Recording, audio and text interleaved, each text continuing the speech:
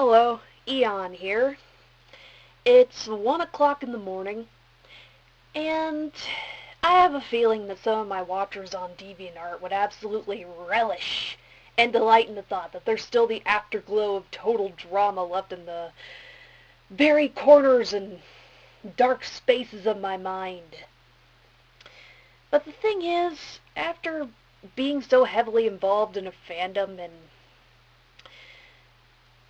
fascinated by the same show for close to 2 freaking years, it kind of takes a while to completely pull away from said factor. So, what prompted me to make this video was that I started thinking about it, and remember that video I made trying to defend the stance of Alejandro not being a Gary Stu? I kind of wanted to elaborate on that particular topic again, except possibly to a better, albeit more cynical extent. Before, I was kind of an Alejandro fan, so I probably had some favoritism towards the character, which probably made my views a bit biased. Honestly, there's barely anything protecting this character from being slapped with the label Gary Stu. And to those of you that do call him such, you have every right to do so. The ball's in your court. He was the most, quote-unquote, attractive character on the show. In other words, he had practically every single girl out of the competitors falling for him. He got Bridget to cheat on Jeff with him. One of the notable traits of Mary Sue's or Gary Stu's at any given time is that every single character is attracted to them in some way. Now, there were some characters that disliked him and he ended up being mutually hated, but before that, think about it. Pretty much every character gravitated towards him. DJ thought of him as being a trustworthy fellow. Duncan sort of had a off and on friendship thing going on with him. Now, that particular relationship dynamic was interesting in and of itself, but still. For the most part, it felt like every character trusted him to some degree. There were very few that showed distrust or misgivings about him from the get-go. Another thing not really in Al's favor is that he was perfect at just about freaking everything. From the way he set up his plans, to the grid work he laid down for said plans, pretty much everything went his way. Not even everything went that perfectly for Heather in Season 1. There were a few times where her best laid plans just got corkscrewed, or she got so frustrated or irritated by something that her true colors started shining through a lot earlier. Not just that. He was practically good at just about everything. They had him reconstruct a dinosaur to the archaeological accurate degree. He could juggle. He could play the accordion. He spoke Japanese. Not sure to what extent that was, so you can pull that ace out of your sleeve as a defense argument against that. But not only that, it was implied that he had some knowledge of the arts and had some skills when it came to painting. And the list just goes on and on and on. And it's just... Now, by bringing up this point, I am going to say this much. There are such things as people that can be good at just about everything. As a matter of fact, I knew a near-perfect girl in real life who was aspiring to be an architect. She was on the honor roll. She was getting A's in all classes, one of them being calculus. And she was an insanely talented painter. In other words, she could pump out Picasso or some other art master brand paintings every day when she put her mind to it. But the thing is, even though there's people like this that exist, if you get to know them, they have very believable faults and quirks to them that offset their insane amounts of talent. Heck, when you think about the art masters, like Picasso or anybody else, what the downfall of them having such insane abilities is that they got depressed, that they had emotional issues of some sort, psychological problems. But the thing is, with Alejandro, There may have been a couple of lapses of mental abilities on his part, but you really didn't see this until later on in the series. For most of the series, he was very well kept and had very strong self-control. And another thing, what I use to determine how many skills a character might have, the character Harold is practically the signifier of how many skills the character has that are believable. Now, Harold's special techniques and skills that he knows and picked up, that sort of offsets his geeky, awkward, or socially awkward appearance and behavior.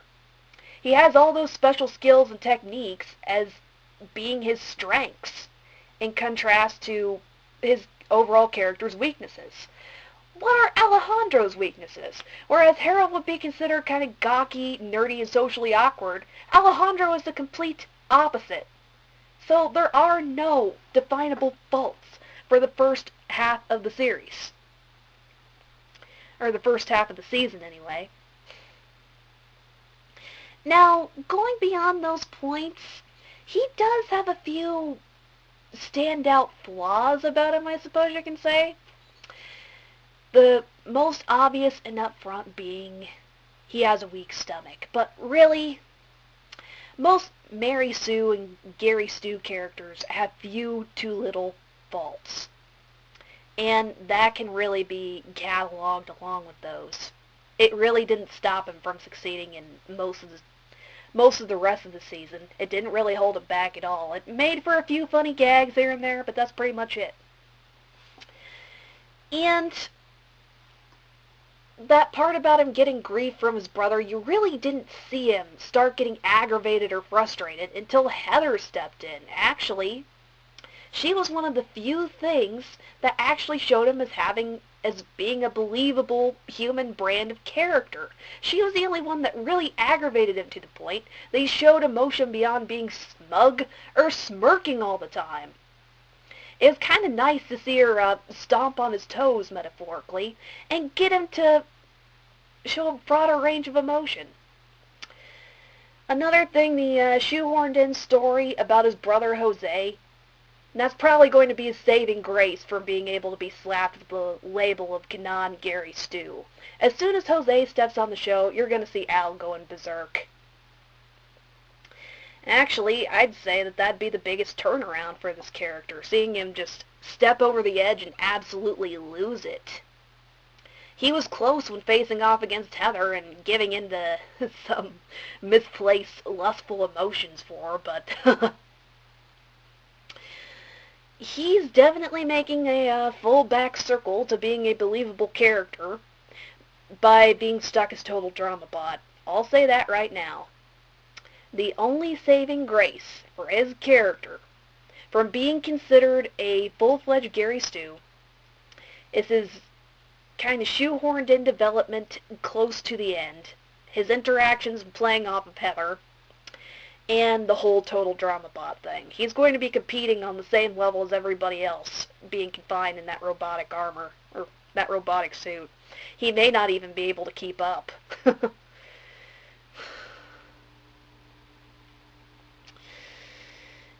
Yes, I did go against my word about making one last video on the topic of total drama, but I felt like I needed to go back and address this particular issue again with less of a bias than I had before, because I can honestly say I do not care if Alejandro stays as total drama bot or not.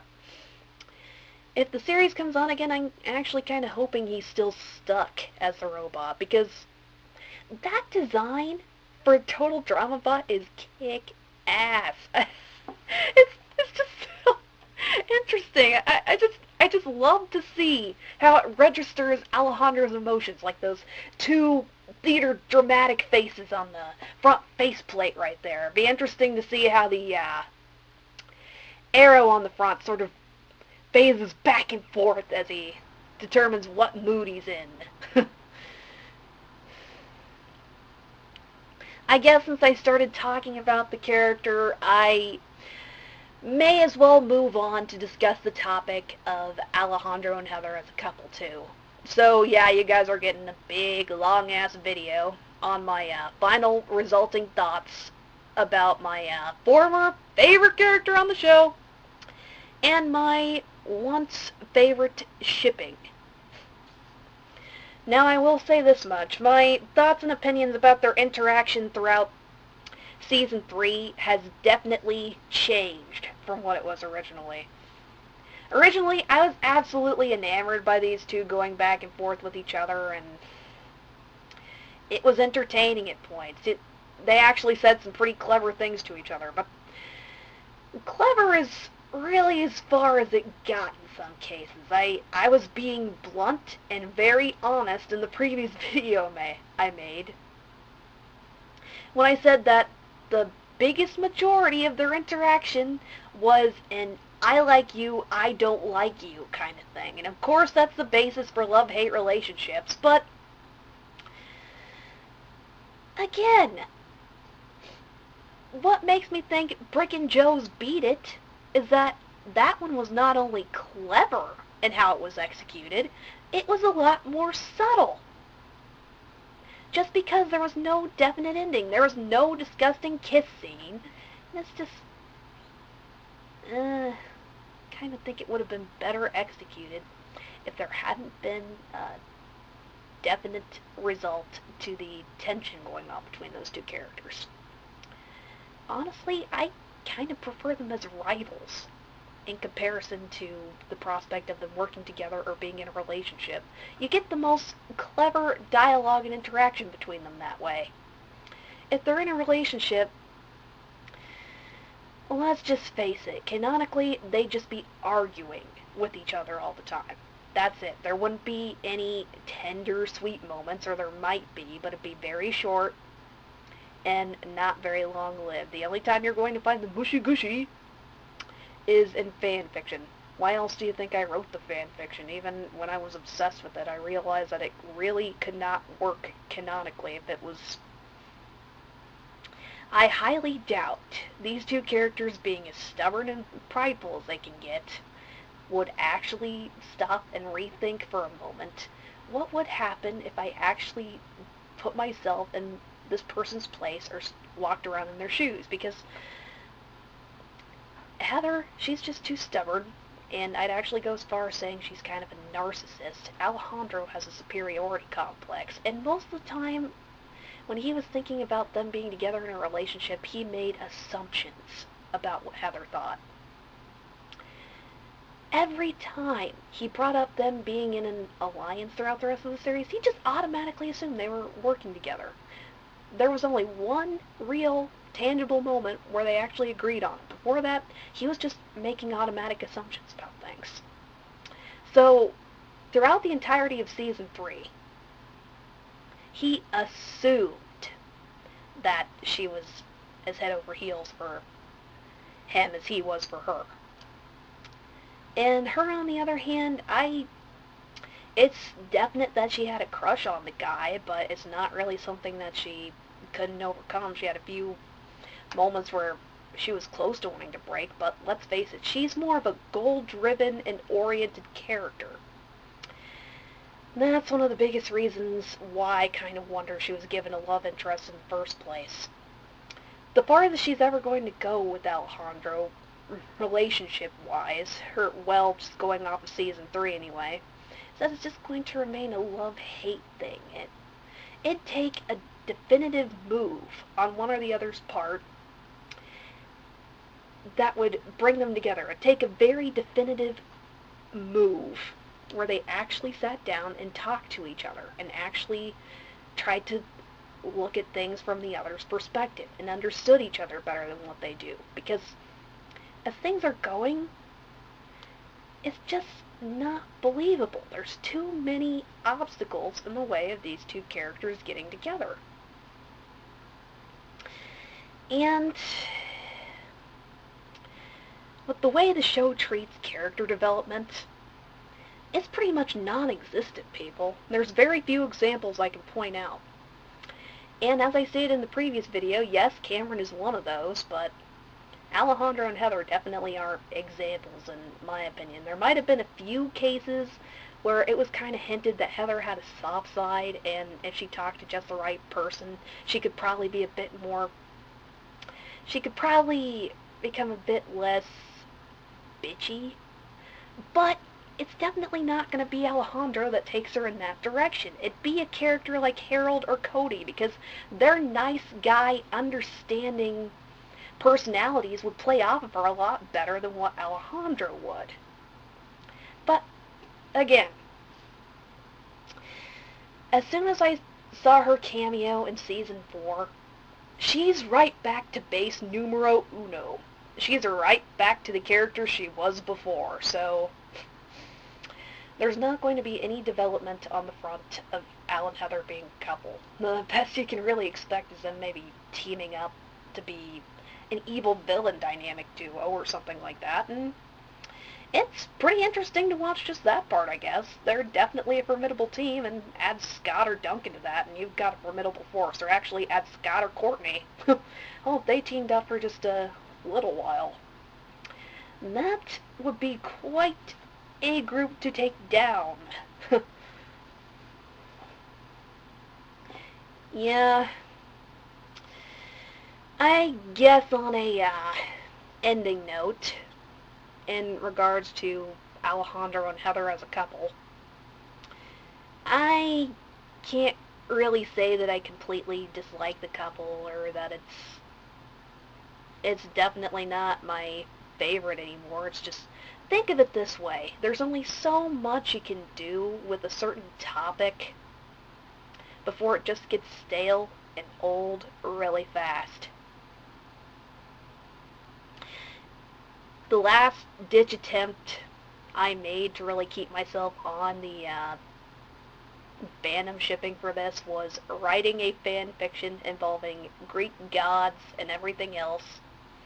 And the thing is, I became a bit more interested in the other elements than what I'd originally started writing the story for, so yeah, I think my biggest reason for why I dropped Alejandro and Heather as my favorite was lack of interest. Lack of interest in seeing that pan out. Because, honestly, as I said before, it's just not going to work unless a certain stroke of writing takes place. If you do see it happen canonically, it's going to be shoehorned in by request of the fans. I can just see that right now. And look at where executive mandates have already led the series. Wouldn't Dunk and Courtney love triangle anybody? I'd fear seeing an executive mandate to get Alejandro and Heather together as a couple. If you want to see them together, just continue working with FanWorks, please. Because if it happens canonically, you're not going to be very satisfied with the result, unless you're okay with just seeing slipshod, loose ends tied up, kind of rush writing. Because that's what's going to happen if those two get together. And that's not going to be the only case. I really have low expectations for this show's writing after executive mandates put it in a chokehold and created what issues there were with Season 3. It's exactly that kind of writing that makes me tentative to even call Alejandro a believable character. And on one final resulting note, okay, you have my quantitative, full, out-there opinions of what changed between when I was a fan up until now. Those reasons are probably my biggest qualms with this series, especially Season 3. I'm kind of embarrassed to admit that I got so caught up in fan worship that I was ignoring the big blunders of writing with this show, and that's just, I just can't do that. As somebody who's aspiring to go into the field of writing, I just can't keep holding out hope that the writing for something is going to get better when I know full well it's just not going to. Now, feel free to disagree with me, really, but that's the biggest reason why I've lost love for this show. That's just another, but, yeah, this is Eon, signing off, bye.